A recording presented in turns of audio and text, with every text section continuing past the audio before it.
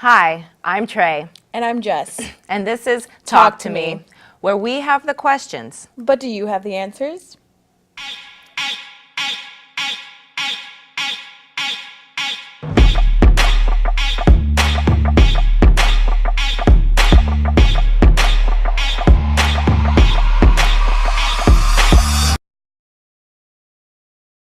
First things first. My favorite segment, Triton Talkback. Today's Triton Talkback is all about white lies. I know we're all guilty of them, right? I don't know what you're talking about, Oh, come on, miss. I always work out. Not too far from the truth, right? You know, a lie is a lie is a lie is a lie. Okay, That's a lie. Jess. Okay, Jess. Maybe we're better off not white lying, but it's normal. We all do it. Yeah. You've caught me in a couple. So what white lies are you guilty of? Let's find out.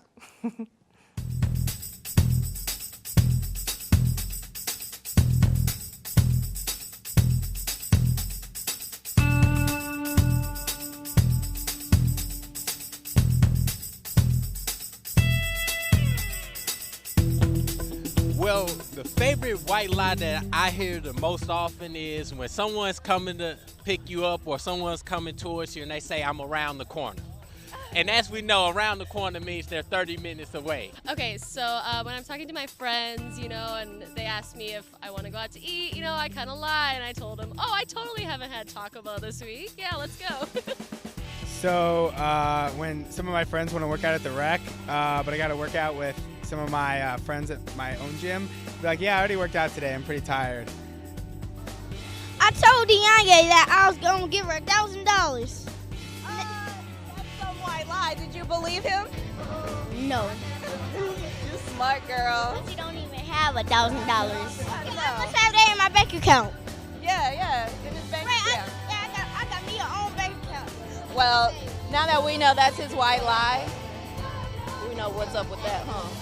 All right, DeAndre, what's your favorite white lie? I told him if he give us 5 Takis, we'll give him some money. But you weren't being truthful on that, huh? I don't believe it. I don't No, I didn't. Yes, you did. No, I did. No, I did. No, I did. My favorite white lie is it wasn't me. I am studying. Yeah, the scarf makes me look skinny. That's my white lie.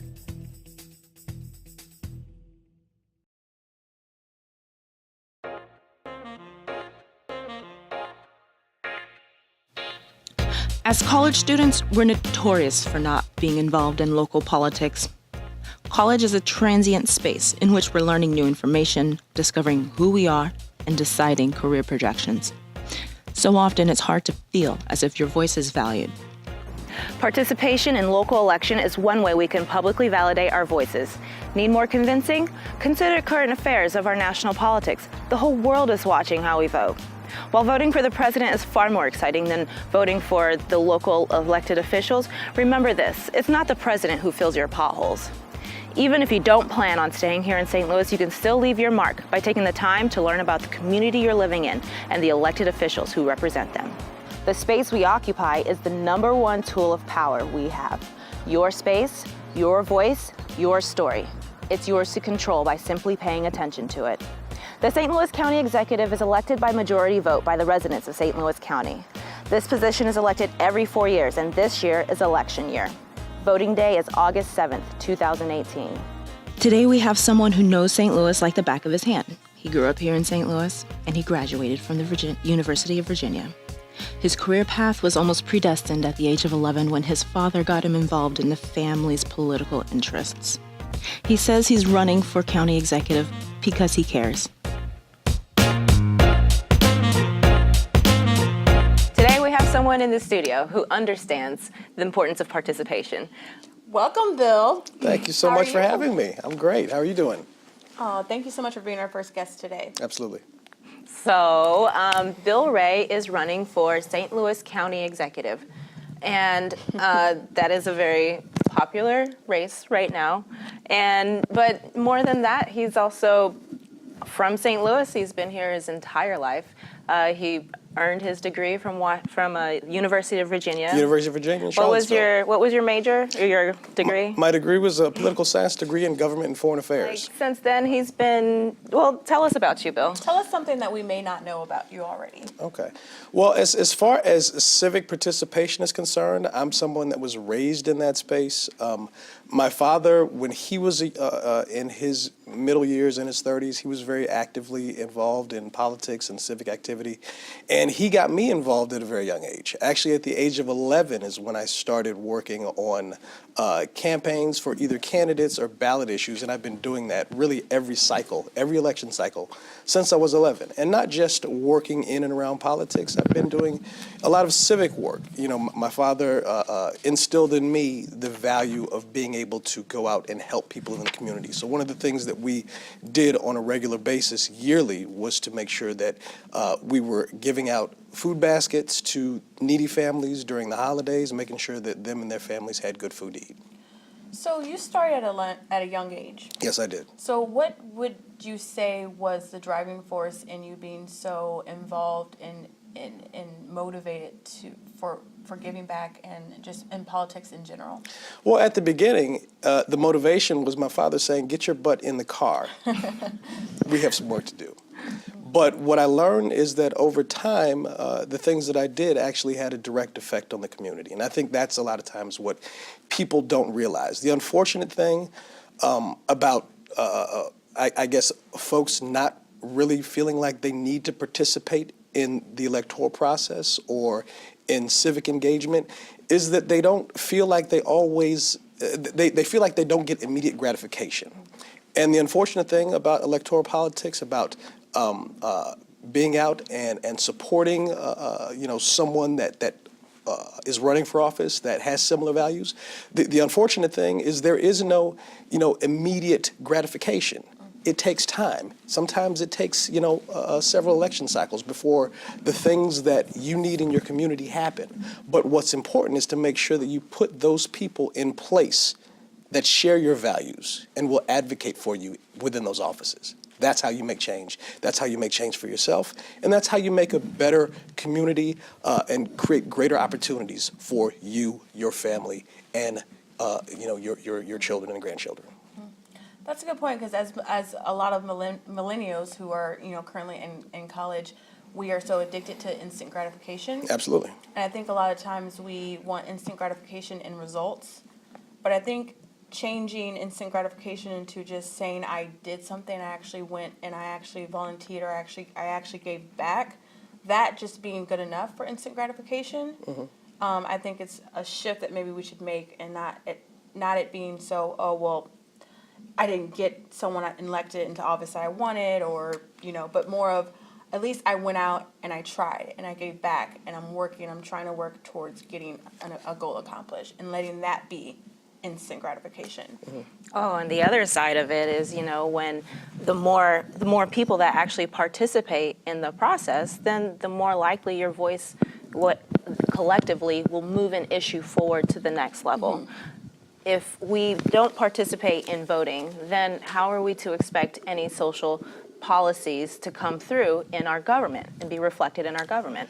I will say this, that I think one of the great things about voting is it makes you accountable. If you vote for someone and then you realize sometime down the line you made a bad decision, it holds you accountable. Like there's a mental switch within you that says, okay, well, I need to be paying more attention in the future. So I think it holds folks accountable for what happens in their community, and it makes you responsible for what happens in your community. If you care about your community, if you care about your neighbors, about your family, these are things that you have to do. You have to participate, and you're not always going to be right. Sometimes you're going to get the wrong person. The unfortunate thing is that, even in the St. Louis region, and the reason why I'm running for county executive is because I think we made a wrong decision as a community. And I think there's a lot of people in this community that feel the same way.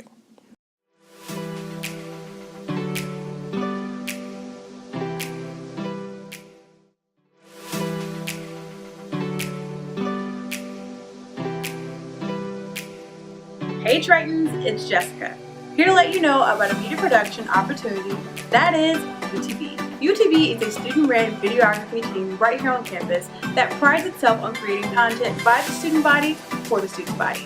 So if you're interested in broadcasting, editing, or set production, email the address below or stop by the U radio station on the second floor of the MSC to inquire today. Remember, your future career in media starts with us.